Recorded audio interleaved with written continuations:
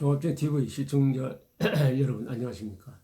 지금 이 순간에 지금 트럼프 김정은 회담 발표로 가장 큰 충격을 받은 사람이 있다면 저는 시진핑 중국 주석이 아닐까 이렇게 생각을 해봅니다. 한 방 얻어맞은 것 같은 기분이 들지 않을까 싶습니다. 왜냐하면 중국과 북한 간의 관계가 급속도로 악화되었습니다. 이러니까 김정은이가 돌파구를 찾는데 중국의 라이벌인 미국을 향해서 돌파구를 찾았다. 이거 미국 품 안으로 안기는 거 아니냐? 아니면 중국과 미국 사이에서 줄타기 하는 거 아니냐? 과거에 그 할아버지 김일성이가 1960년대, 70년대에 중국과 소련이 이념 대결을 할 때 그 사이에 줄 타면서 양쪽으로 뜯어먹었던 그 악몽이 아마 사라져나지 않을까 이렇게 생각이 듭니다. 지금 김정은이가 트럼프하고 회담하겠다고 이렇게 나선 것은 나서도록 만드는 데는 트럼프의 대북 강경 제재가 있었고 동시에 이 제재에 협조를 한 중국의 역할이 있었습니다. 이 중국의 역할을 우리가 아주 냉정하게 한번 따져봐야 됩니다. 중국은 우선 북한에 대한 기름 수출을 상당히 줄이고 있습니다. 그리고 무역도 많은 제재를 가하고 있습니다. 또 중국과의 금융 거래도 제재를 가하고 있습니다. 지금 북한이 제재의 고통을 겪고 있다면 그 상당 부분은 중국 때문입니다.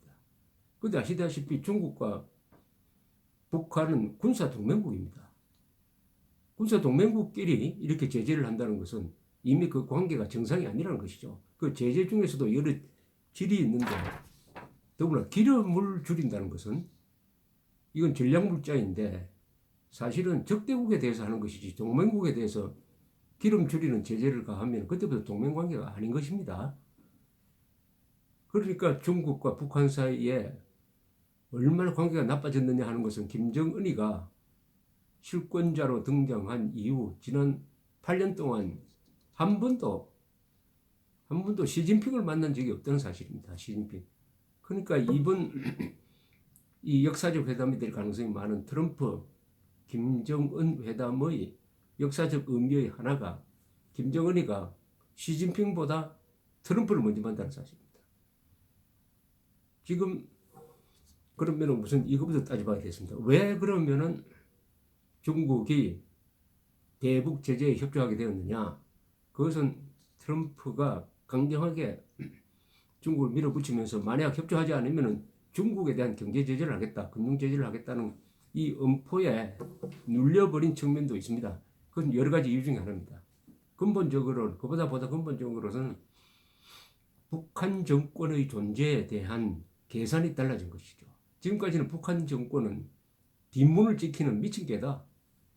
김정은 정권은 뒷문을 지키는 미친 개다. 이 소용이 있다. 그리고 한국 주도의 통일을 하면은 자유의 바람이 만주로 바로 들어가는데 그 중간에 완충 역할을 한다. 또 미국을 상당 부분 한반도에서 묶어둔다. 그러니까 중국은 만만한 대만을 요래할 수 있다. 이런 점에서 여러 가지 전략적으로 북한이라는 존재가 필요했습니다. 그런데 지난 한 10년 동안 북한이라는 존재가 점점 부담스럽게 되기 시작을 했습니다. 가장 중요한 것은 북한 핵무기에 대한 위협입니다. 북한의 핵무기는 미국, 일본, 한국에 대한 위협도 되지만은 중국에 대한 위협이 됩니다. 더구나 중국의 심장부와 너무나 가까이 있습니다. 너무나 가까이 있습니다. 그러니까 김정은이가 중국에 대해서 일정한 견제 역할을 할 수 있는 것입니다. 또 북한 정권은 김일성, 김정일, 김정은 대대로 일종의 독자적 노선을 걸어왔어요. 그러니까 그런 점에서는 아주 대단한 자주 외교를 폈다고 평가할 수가 있습니다. 그리고 중국에 예속되지도 않고 소련에 예속되지도 않았는데 이번에도 보니까 중국으로부터 여러 가지 경제적 이득을 취하면서도 이득을 취하면서도 중국 말을 안 들어요. 제발 추가 핵실험, 추가 미사일 발사하지 마라. 뭐 이야기를 해도 안 듣습니다. 안 들었어요. 이런 것을 보면서 김정은 정권은 안 되겠구나. 부담이다. 특히 그 김정은 정권이 갖고 있는 핵은 우리한테 위협도 된다. 그리고 무엇보다도 북한 정권 안에 그 유일하게 말이 통하는 장성택이를 그냥 처형해버렸다. 그리고 중국이 보호해 오다시피 했던 김정남이를 독살해버렸다. 이러면서 중국과 북한 사이가 우리가 모르는 사이에 아주 꾸준히 악화되어 간 것이 결국 중국이 북한에 대한 기름, 현금, 무역 제재로 나타났고 이것이 북한에 대한 타격으로 간 것이니까 김정은 또한 시진핑을 가장 미워했을 것입니다. 가장 미워했을 것입니다. 더불어 그 사이에 미국과 중국 사이에는 김정은을 어떻게 요리할 것이냐, 북한 핵을 처리하는 과정에서 어떤 이야기를 할 것이냐 하는 데 대한 깊은 논의가 미국과 중국 사이에 오가고 있었습니다. 그것이 공식이든 비공식이든. 그래서 중국의 태도가 하나 중요한 게 그냥 드러난 게 뭐냐면은 북한이 도발해서 일어난 분쟁에 있어서는 북한 편 안 든다.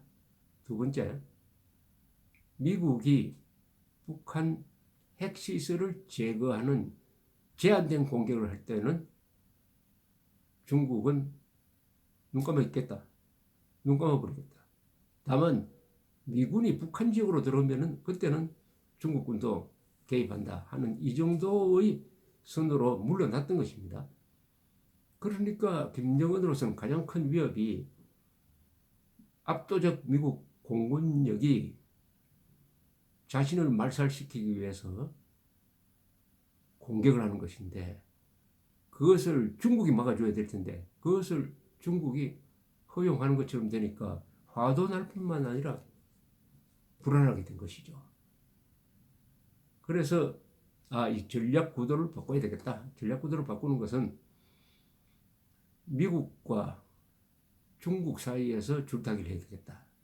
그러려면 트럼프 대통령과 만나가지고 미북 수교 그리고 ICBM은 더 이상 개발하지 않는다. 그 부분에 대해서는 사퇴를 해도 좋다. 다만 완전한 핵 폐기로 가기 위해서는 어떤 보장이 필요하다. 그것은 외교에 맡기자. 이렇게 해서 트럼프로 하여금 본토 공격은 안 하겠다.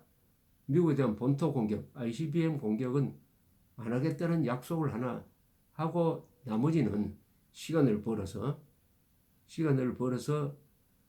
여러 가지 한반도의 큰 게임을 그리면서 근본적으로는 중국과 미국 사이에서 줄타기를 하면서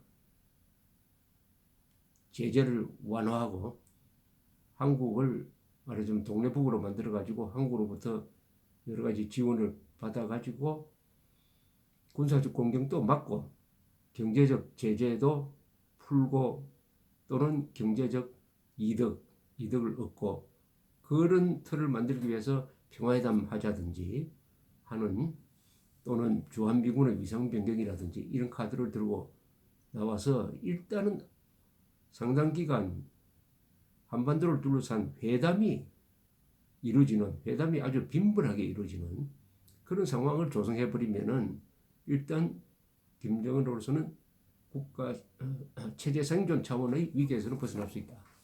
이렇게 판단한 것으로 보입니다. 여기서 앞으로 중국이 어떻게 나올 것이냐가 문제죠. 중국은 그동안 공식적으로 한반도가 한국에 의해서 통일되는 것을 반대한다는 그런 입장이었지만 최근에 와서는 그 태도가 조금 바뀌었습니다. 그러니까 반드시 북한이 있어야 된다. 북한이 중국을 지켜주는데 필수적으로 필요한 존재는 아니다. 이제는 점점 부담스러운 존재다. 때로는 우리한테도 적대할 수 있는 존재다. 이렇게 북한의 위상에 대한 평가가 달라진 것입니다. 그러니까 중국과 북한 동맹 관계가 해체 단계로 가고 있다로까지 봐야 될 것입니다. 동시에 한국과 미국의 동맹 관계도 약화되고 있는데 그것보다는 훨씬 빨리 중국과 북한 간의 동맹 관계가 매우 약화되고 있다. 이렇게 보여집니다. 그동안 미국과 중국 사이에는 만약 북핵 해결 과정에서 김정은 정권이 무너져 버리면은 중국군이 북한 지역에 들어와 가지고 핵 미사일 시설을 확보하는 그런 작전을 해야 될 텐데 그런 작전은 미국이 양해할 수도 있다 하는 정도의 이야기까지 오고 간 것으로 보입니다. 그러니까 지금 김정은은 자기 등 뒤에서 미국과 중국이 김정은을 밀어내는 공작을 하고 있다라는 불안감까지 느꼈을 것이라고 생각합니다. 그러면은 앞으로 어떻게 보면은 중국이 소외감을 느낄 수가 있습니다. 김정은이가 감히 시진핑 만나기 전에 트럼프를 먼저 만나가지고 빅딜을 한다? 그러면서 북한으로부터 중국 영향력을 밀어내고 그만큼 생긴 진공 상태를 미국의 영향력을 불러가지고 메우겠다는 생각이 아니겠느냐. 이렇게 되면 동북아시아에서 중국이 노리는 패권 국가, 중국은 세계 패권 국가가 되겠다는 야망은 없습니다. 다만 동북아시아에서는 과거의 중화주의 사상에 따라서 우리가 패권 국가가 되어야 된다는 생각은 확실하죠. 여기에 방해가 되는 게 일본이었습니다. 일본. 한국도 한미동맹 관계가 있으니까 만만치가 않죠. 근데 중국은 우호 세력으로 봤는데 이제 중국이 미국하고 가까워졌을 때 중국은 앞으로 동북아시아의 패권 국가가 되는 꿈을 접어야 되는 거 아니냐. 이렇게 아마 본인들은 생각하게 될 것이라고 생각합니다. 그렇다면 이 달라진 김정은을 어떻게 요리해야 되느냐. 하나는 김정은을 제거하는 쿠데타 모의라든지 이런 것을 더 강화하는 것이고 그러면 안 되겠다. 오히려 중국이 앞장서 가지고 제재를 더 강화하자. 이렇게 나올 수가 있고 또 계산에 따라서는 그렇게 했다가는 트럼프 쪽으로 뛰어버린다. 트럼프를 찾아서 활로를 구한다면은 중국은 트럼프에 의해서 이용당한 거 아니냐. 김정은을 코로나로 모은 그 과일을 미국이 따먹고 그 결과로서 북한에 대한 미국의 영향력이 더 강화될 수도 있다.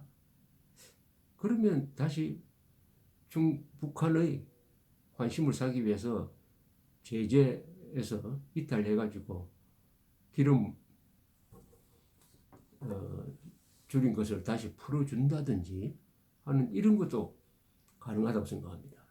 그러니까 지금 시진핑가 이제 고민에 빠진 것이죠. 고민에 빠졌습니다.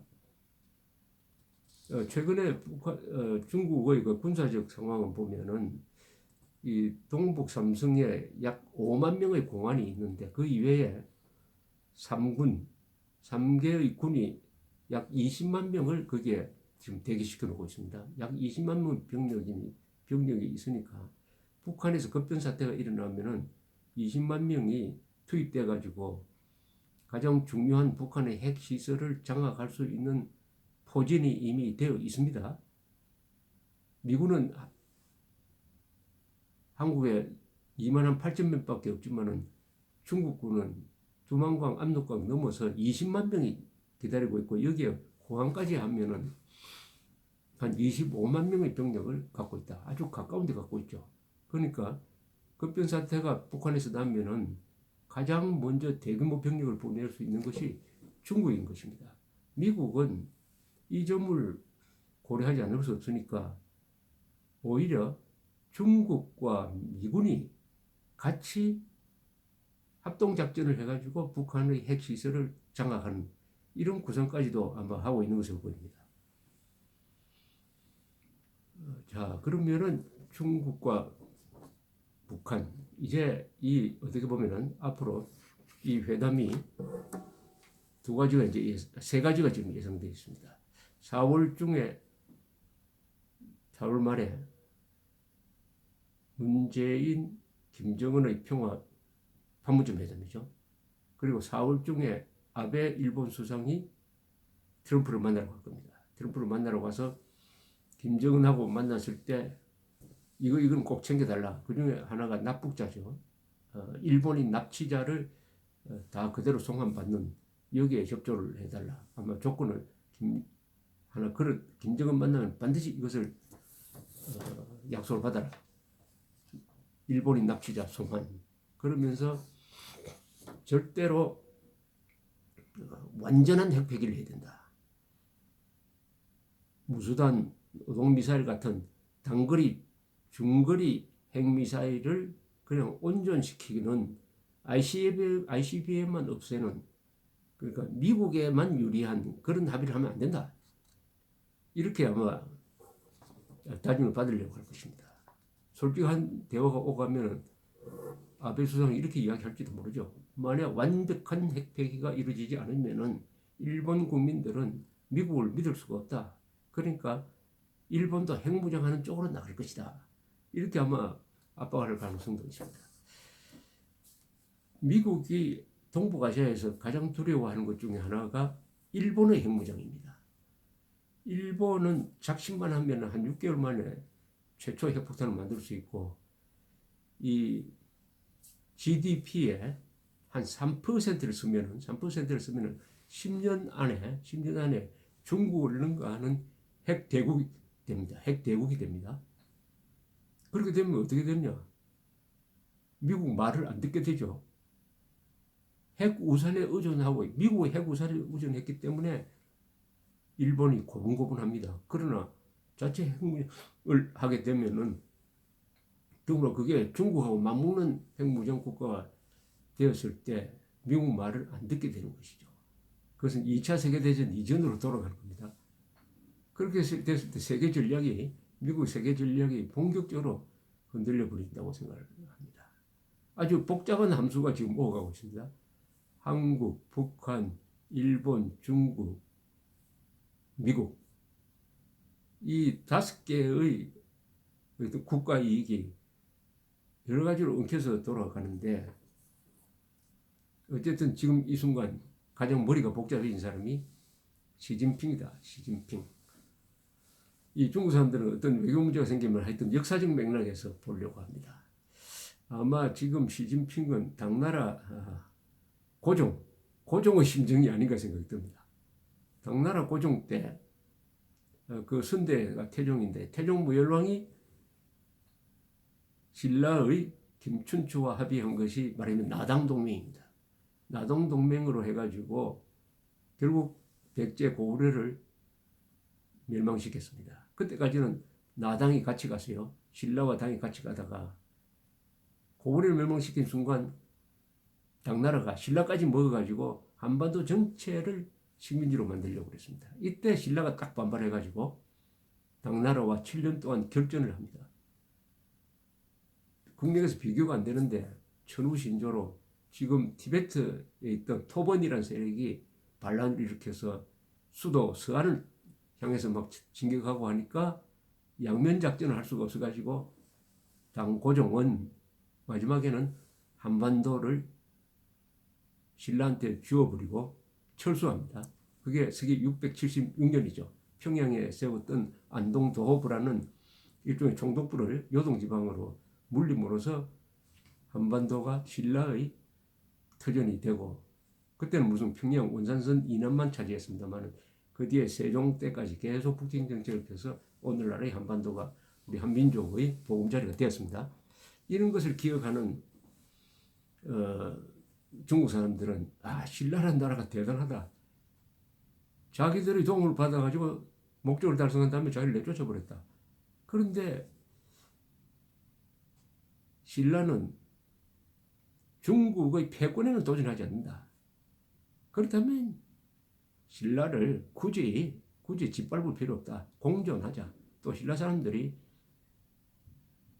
선진 문물이 있는 당나라로 와서 뭘 자꾸 배워가려고 하니까 아주 좋게 본 거예요. 그래서 한족 정권과 한민족 사이에는 1000년 이상의 평화가 계속됐습니다. 그것을 깬 것이 모택동의 6.25 개입이죠. 그런 걸 보면서 지금 중국은 북한이 과거에 신라처럼 놀고 있는 거 아니냐. 자기들 실컷 이용해 먹더니 마지막에 가가지고는 미국 쪽으로 붙는 거 아니냐. 이렇게 아마 생각하면서 악몽처럼 이걸 어떻게 요리했느냐 해가지고 좀 고민하고 있을 것이라고 생각을 합니다. 여러분 최근에 그 외신 기사나 이런 거 보면은 이상하게도 중국 측에서